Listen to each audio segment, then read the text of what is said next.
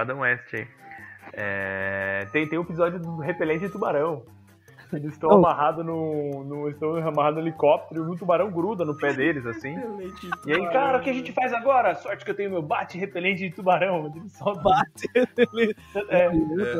Se você gosta de Batman, o filme do Lego tira sarro de todo esse processo do Batman. É ótimo, cara, é ótimo. E tem a questão do, como fala os termos, né? Macacos me mordam. Isso, E agora na modernidade você tem esse Batman aí armadurado, uma cor escura, fosca, seu comportamento de militar, né, sua disciplina ali extremamente rígida, tal, né? É interessante ver essa transformação, e principalmente no cinema. Acho que a gente pode ver isso no cinema, né? No Batman do Christopher Nolan. Mas quem transforma o Batman nesse cara que tira ele do cômico do detetive, transforma num cara durão, que aí, vira algo totalmente diferente, é o Frank Miller, né? O Frank Miller se discute várias coisas dele, posicionamento, é um cara complicado. Mas o Cavaleiro das Trevas é um marco, porque ele foi contratado exatamente para isso. Precisava de um Batman repaginar, de verdade, né? Caricatura. É isso. É um branding hoje. das Trevas, que é um baita HQ, né, cara? É uma HQ fantástica, uma das melhores que existem. E ele vem com esse intuito, né, de trazer esse Batman que daí teve reflexo. O Tim Burton dá esse ar, né, dark, que ele não tinha, que daí vira um Batman gótico, evanescência aí. The Cure. E como tudo que o Tim Burton faz, e aí casa com isso, cara. A galera populariza mesmo. O símbolo mais legal que tem do Batman é o Tim Burton que bolou lá no filme. Sim. O amarelo lá. Cara, você falou do Frank. É a questão da Guerra Fria, né, que influencia, porque na Guerra Fria entra essa parada de debate ideológico. Capitalista, o mundo capitalista, o mundo comunista, a questão da filosofia entra nisso. E a molecada que consumia quadrinho lá na década de 30, 40, tava mais velha também, né? Então tem essa questão de enfiar a filosofia no meio, né? Surge a Hydra é um exemplo, claro, o próprio nazismo, né? A Hydra é o nazismo, ainda na linha do Batman, uma forma de manter esse público fiel, né? Uhum. Ainda na linha do Batman ali, né?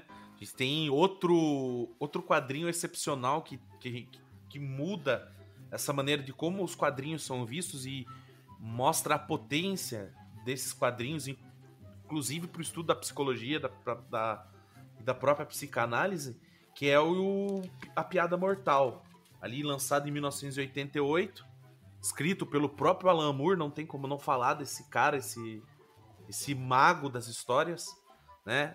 E desenhado ali pelo Brian Bolland, onde nesse quadrinho você tem a ideia, o Coringa tem essa ideia, nesse pensamento de que para enlouquecer basta apenas um dia ruim, né? Onde a diferença entre a sanidade e a loucura seria esse dia ruim. E aí eu acho legal também estar trazendo aqui, né, pra gente trocar essa ideia sobre quadrinhos, HQ, história, filosofia e psicanálise. Algo em comum que a psicanálise tem e os HQs também trazem consigo, que é a teoria do trauma. Se você pegar por trás de toda a história de todo herói, ou todo vilão, ou todo personagem dessas histórias em quadrinhos, você vai encontrar esse trauma de origem, esse trauma fundador. E no caso do Bruce Wayne, é claro essa questão do trauma, né? Principalmente porque o Batman ele materializa esse conflito inconsciente entre duas personalidades. Enquanto no Coringa, você vê a loucura apenas como a única forma de escape para o sofrimento. Sabe? Eu separei um trecho aqui de uma fala do Coringa, né? Ele fala assim: assim, quando você estiver dentro de um desagradável trem de recordações, seguindo para lugares do seu passado onde o grito é insuportável, lembre-se da loucura. Loucura é a saída de emergência. Então você tem esse trauma que dá origem a esses transtornos, principalmente, por exemplo, no caso do Bruce Wayne, né? Querer esse objetivo inalcançável de combater a corrupção e a criminalidade em Gotham City.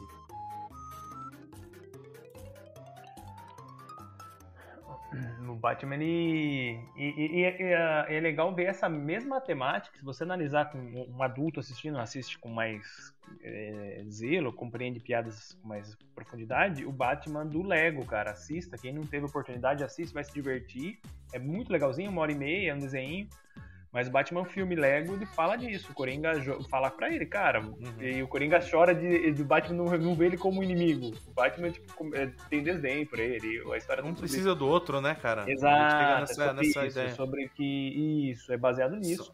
E pautada totalmente nessa história do Frank Miller, do Alan Moore, da Piada Mortal, né? Piada Mortal é aquela, né, dos dois loucos no hospício, assim, né, eles vão querer fugir do hospício e um fala assim, por que você não acende a lanterna e eu escalo a luz, né, e fujo do hospício.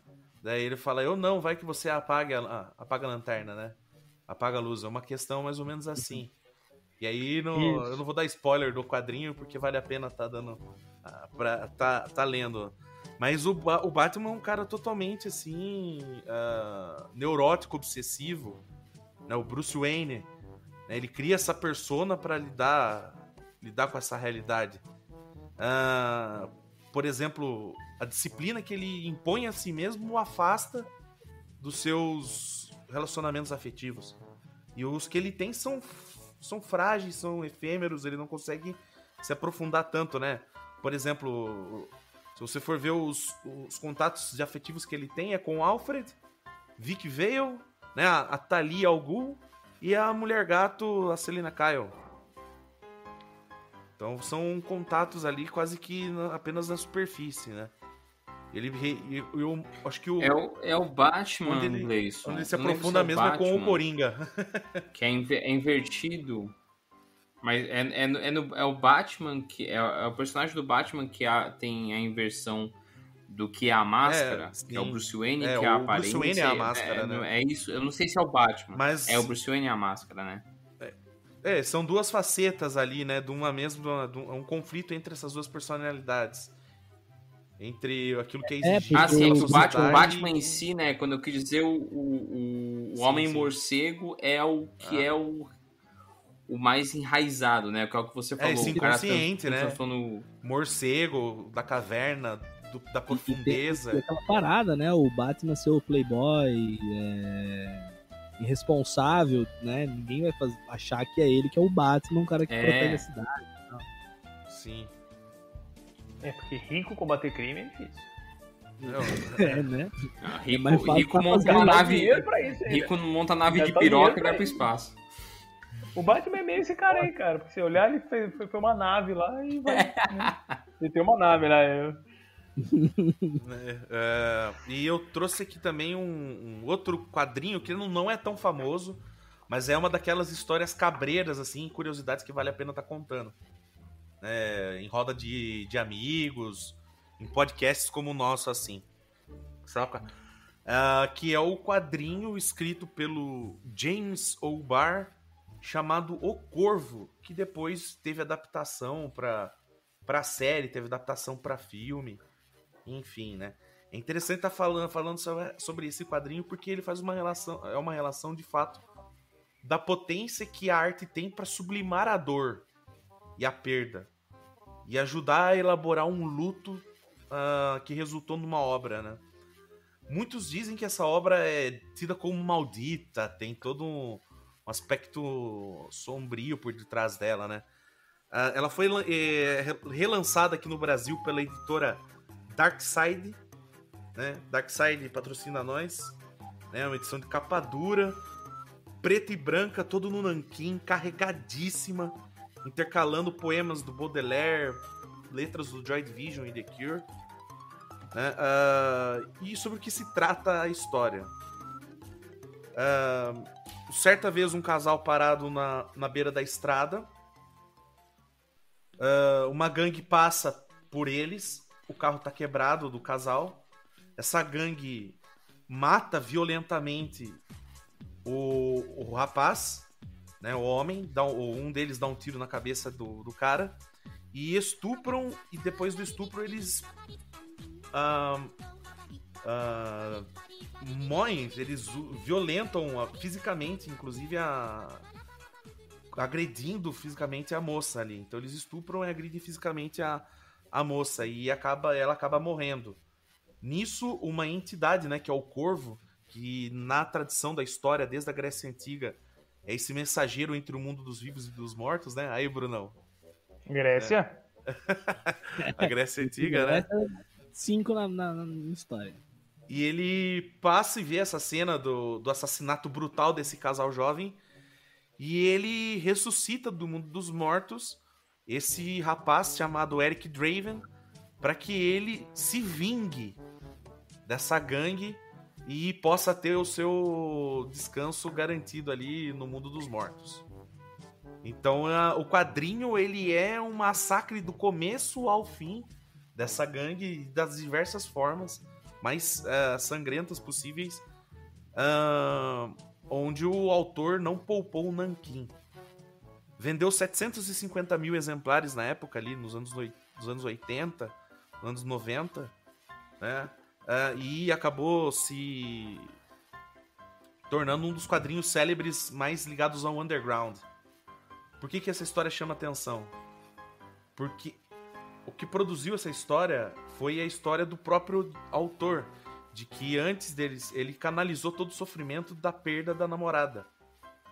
Certo dia ele estava no trabalho, sem o documento todo irregular do carro, ele pediu para a namorada ir buscar ele, né, no trabalho, e no meio do caminho um motorista bêbado acabou provocando um acidente onde essa namorada, a namorada do escritor, né, e desenhista, acabou morrendo.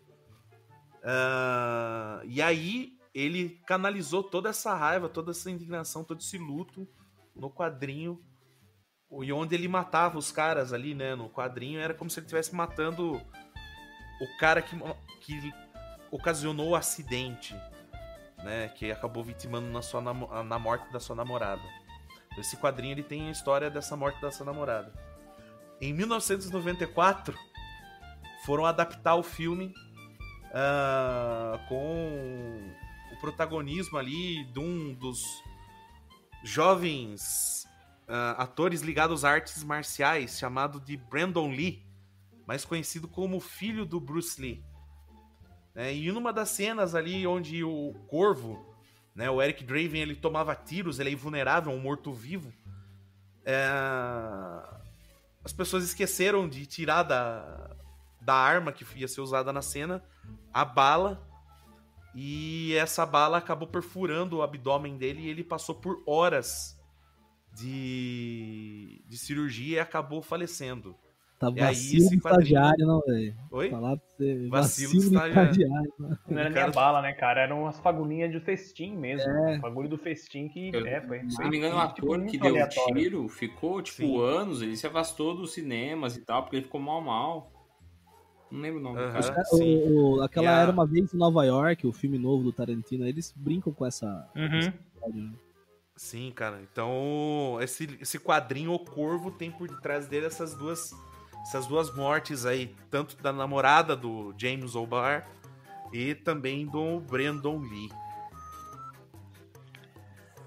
Isso é uma das potencialidades, né, da arte. Então, né, é aí que, tipo, começa a virar também uma questão de... O quadrinho, ele não é mais somente uma questão de histórias fantasiosas, né? Também ele entra uma questão terapêutica, quase. E a questão da complexidade, Luquinha, que você comentou, entra a questão do Heath Ledger mesmo, em relação ao Coringa, né? Se a gente parar pra pensar. Se aprofundar no artista, né? No personagem. Cara, essa semana eu tava escutando... podcast que eu tava escutando, cara. Cara, o cara falou assim que... lembrei. É do Felipe Solari lá. Cara, ele comenta sobre um documentário que saiu argentino agora, sobre a morte do Maradona. Que a parada é que os caras meio que doparam o Maradona, velho. É meio negligência de enfermeiro que causou a morte do cara. Falam que é mó pesado. Ai, cara, como que é o nome? Eu tinha separado aqui. Eu já falo podcast? No Front da História, não. Não, do documentário do Maradona. Eu lembro que tinha um E aí processo rolando comenta do que médico, o né? Red Ledger também tem uma parada dessa, né? Sério? Os caras